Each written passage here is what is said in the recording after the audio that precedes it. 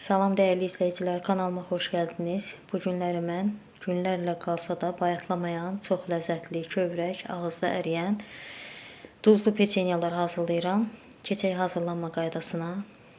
Bunun üçün 1 ədəd yumurta, deməli ağını xəmir üçün istifadə edirəm. Sarısını saxlayıram peçenyaların üzərinə istifadə etmək üçün.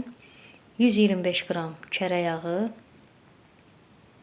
1 xörək qaşığı şəkər pudrası, 2 çay qaşığı duz, 2 çay qaşığı çörək otu, yarım stəkan, armudu stəkanla yarım stəkan duru yağ, 1 xörək qaşığı sirkə.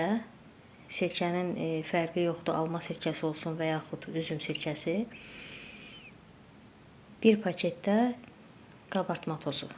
Bunları qarışdırıram. Kərə yağı burada yumşaqdır, çox möhkəm deyil.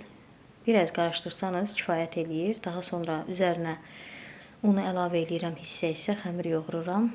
Mən burada 3 stəkan un götürmüşəm, əllərdən keçirtmişəm. Əziz xanımlar, qeyd edeyim ki, siz əgər unun ölçüsünü stəkanla götürsəniz, əvvəlcə unu ayırıb, daha sonra əllərdən keçirin. Yəni əvvəlcədən unu ələkdən keçirib daha sonra stəkanla götürsəniz, o zaman un az olur. Odur ki, əvvəlcədən unu ayırıb, daha sonra ələkdən keçirtmək lazımdır.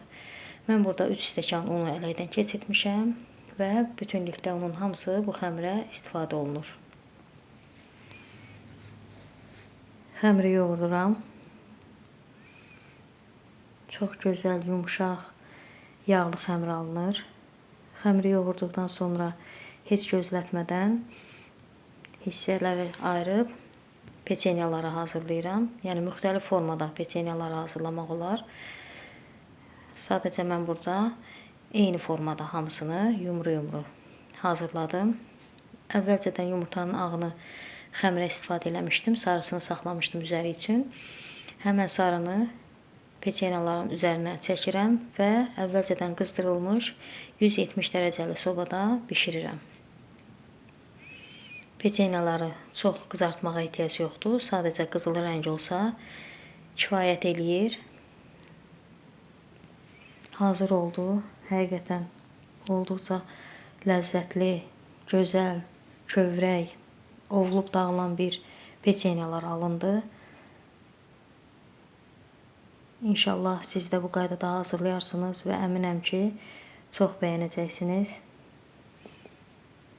Əgər bəyəndinizsə, bəyənmə düyməsinə toxunmağı unutmayın. Sağ olun.